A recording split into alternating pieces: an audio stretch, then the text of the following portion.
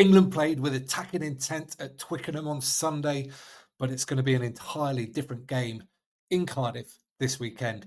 Hello, amateurs. Welcome back to our Six Nations series, here with you throughout the Championship and beyond. So hit subscribe down below to make sure you don't miss out on any future episodes. Now, yes, England had a comfortable win in the end against Italy with a rampant third quarter. Myself and Phil Greenaway chatted that one through. Phil was actually at the game, so provide some really interesting different perspectives. I'll link that one up over there for you. Go and check that one out if you haven't already. But in this video, I'm going to be looking at the England team I expect to be playing against Wales this coming Saturday.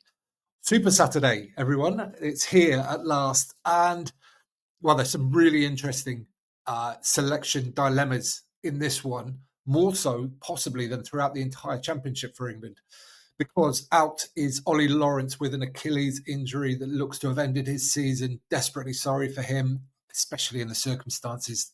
Doing it like that with nobody else around you always feels just a little bit more tragic somehow. So best wishes to Ollie. Hope he gets a full recovery and quickly as well. Into the squad comes his Bath teammate, Max Ajomo, who has been playing really well this year. He looked like a talent for a few years, but his consistent output this season has gone up a level. So he's deservedly in the squad there. What did I want to see from England last week? I wanted to see ambition. And we definitely got that. There was times when it was a bit messy and stuff, but they got lots of good rugby on the pitch. 7 tries against the Italians being their reward. Okay, let's get into the selection because, as I said, there are some really interesting bits and pieces here, things for Steve Borthwick to ponder. With the forwards, the 4-packs are performing very well, I think. Certainly set-piece areas, and they've tried to add offloading into their game this last weekend with some decent success as well. So, and obviously the footwork of Will Stewart, I'm going to mention at every single opportunity I get. So the England pack's going well. So are there players in there, though, that maybe you're looking a bit fatigued, that need some rest? I would say Tom Curry seems to be going off injured every game at the moment. But he's also still being one of England's best players, if not England's best player across the championship. So it's a difficult one with him. Do you think maybe he needs a rest or not? Tough, I don't know. Then also other players where the selection decision is very close, I would say, is at hooker, where you got Cowan Dickey and Jamie George. And again, it's kind of a horses for courses thing, not necessarily in terms of the opposition, but how you see the game going and which player you want to, which player's strengths do you want to use at the start and which players at the end. Cowan Dickey, obviously hugely combative, potentially slightly less accurate in the line out, although I think this is overplayed. Jamie George, massive experience, calm head, all those kind of things. Also, just a marginally better footballer. If the game's a little bit more open, he's more likely to run through a hole, whereas Cowan Dickey is more likely to barge over somebody and create a hole. With all that in mind, I have gone with Cowan Dickey to start this one. I think it's going to be a fiery atmosphere in Cardiff, and I think we want to go out with our most aggressive stance from the start, and Jamie George to bring a calmer head towards the end. So that's what I'm going with, and I'm going to keep Tom Curry in there as long as he's fit and fully refreshed, which there's no reason why he shouldn't be. Then I think you start him. And, if he does have to go off through injury because he's battered himself into a whole host of opposition players, then so be it. There's a possibility as well. Willis has been playing quite short games, like 50 minutes, typically so far, but he's looked impressive when he's been on the pitch. It looks like he knows that he's only got a certain amount of time out there. The amount of times he gets his hands on the ball is impressive. Now, that was relatively straightforward, I think. The backs, however, is a whole different kettle of fish because that Ollie Lawrence injury begs all kinds of questions now because he obviously is that real sort of gain line type player in the England backline, certainly in the England midfield. And losing that is a problem in terms of how England, the balance of how England want to play. Frankly, there's no like-for-like replacement. So we need to think a little bit outside the box about what do we want? How do we want to go about it? There's pros and cons for everyone, but I see it. There's actually 5 players, potentially more, but I think 5 realistic options for the number 13 jersey, but then you also have to balance that with who you're going to play at fullback and in the number 23 jersey as well. So I think for 13, it could realistically be Elliot Daly, Henry Slade, Tommy Freeman, Oscar Beard, who's been playing very well and had a great game for England A recently, alongside Fraser Dingwall. And Max Jomo, maybe it would be a bit of a stretch above all of those, but he's potential as well now. He's in the squad. At 15, you're looking at Daly, Marcus Smith, Freddie Stewart. So what is it we want? I think the Italians got some joy out of kicking the ball to Marcus Smith, fullback this last weekend, and I would expect Wales to go after that as well if Marcus Smith is playing fullback. Excuse me.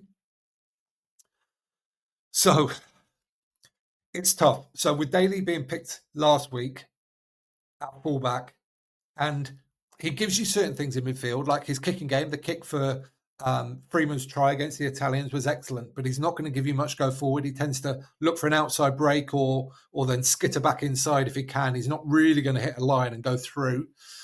You could move Freeman in off the wing, which he's done for Northampton. A lot of people want to see it. Mike Friday, who I had on the podcast right at the beginning of the championship, was really gunning for that. He sees that as a big future potential. I personally don't feel like I've seen enough to be confident about that. And then also you think about how Wales play. They're not really going to go through you too much, but they do. They had a lot of joy in getting to that 13 channel and wider. So do we want somebody who's a little bit less experienced in defending that very difficult channel? Tricky. Do you put Henry Slade back in there, who has obviously a huge amount of experience playing in there, but has been defensively a little bit weak as well? You know, lots have gone through that channel when he's been defending there too.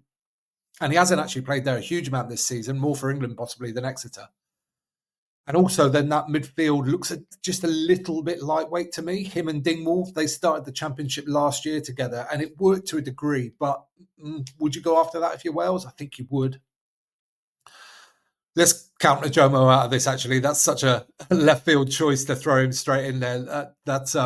We'll leave that one out. But Oscar Beard is definitely an option. And I think this would be the really brave choice because it means you wouldn't have to disrupt anything else. You can keep Daly at fullback if that's what you want. Freeman stays on the wing where he's been excellent for England this championship, scored in every single game. And you can always potentially change that later if it doesn't work. It's a really tough one. It's a really tough one because, like I said at the start, there's pros and cons for each section. But here's what I want. I think you'd be brave. I think you reward Beard, who's been excellent this whole season. And as I say, when he stepped up to that England A level, he excelled there as well. So Dingwall got reward for playing well in England A. I think it should reward Beard as well. And then that allows the stability of having everybody else in the positions where they were picked last week, which I think is important because they'd have done a lot of work last week building into that game. And then Beard can just slot in and go. I've changed my mind a couple of times about this over the last 24 hours, so I'll probably change it again before Saturday. But right now, that's exactly how I feel. Onto the bench, and there's some interesting choices here. Of course, sorry, I should have said, actually, if Freeman would move in to centre, then Roebuck would have come onto the wing for me, which would have been great as well. I think Tom Roberts played well too. Onto the bench, Jamie George comes in for Cowan Dickey, swapping places, and I'm going to go 5-3, I think. Ted Hill and Ben Curry continue in the second row, back row options, but Chandler Cunningham South, whilst being really good on the attacking side of the ball, he's had some defensive moments where he's just fallen asleep, and it's actually cost England tries as well. The Menoncello try towards the end of Italy looked so incredibly soft, and then when you watch it again, Cunningham South was like the fourth defender, I think, and he's just staring at the rock. You have to get your eyes up and see that somebody's coming from out there. It looked far too easy. So for me, he pays the price here. Hill to cover the second row. Ben Curry, who's been phenomenal off the bench, to continue that impact. Van Portfleet and Marcus Smith in the 23 jersey, where, like I've said previous weeks, I think that's where he's going to find a lot of his rugby at the moment, certainly. And I'm going to bring Henry Slade into 22 to give an experienced backup to the midfield.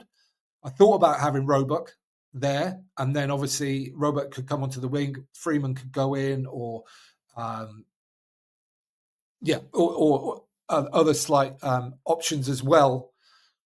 But I think if you're going to go for what is a relatively inexperienced midfield partnership, I think you might want to have some experience on the bench to come in and change that if things aren't quite going as you'd hoped. So Henry Slade would do that for me. And again, adding to that experience from the bench, people who've got a lot of caps to see this game out if that's what we need it to be done.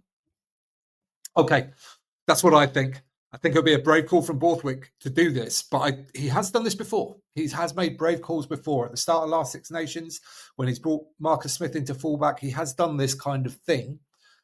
Be interesting to see whether Oscar Beard gets the call up this week. What do I want to see? Most importantly from this England team this week, I want to see connectivity in defence. I want them to prioritise that ahead of line speed because I think Wales are typically a side that goes sort of coast to coast a little bit. They look to get into the wide channels. They're not going to go through you as much. You know, they're not zero threat there by any means, but they're going to look to try and get around you if they can and hold you narrow. So I think if England can prioritise connectivity, use the touchline as the friend, and just try and avoid line breaks at all costs, because if the Welsh get a line break, the energy in the stadium is going to go up, the energy in the players goes up, and that's when things could get very sticky for England. And yes, the other side of it as well, you don't want to give Wales a sniff. You don't want to give them easy ball. But at the same time, I still think England have to be really bold with the way they go and play. Take opportunities if they're there, no matter what part of the pitch you're on. And just have that intent that you're always looking for space when you're in possession of the ball. That's what I want to see. What do you think, though? What do you think about the midfield conundrum in particular? And especially when you combine it with 13, 15, 23 jerseys, because they'll be selecting that as a whole. It won't just be who's the best 13 for this week. Let me know in the comments down below, and I'll join you there for a very friendly conversation. Give this video a thumbs up while you're down there if you don't mind. It helps other people find it, and you can subscribe there. You can watch that one next. And don't forget to get out and play.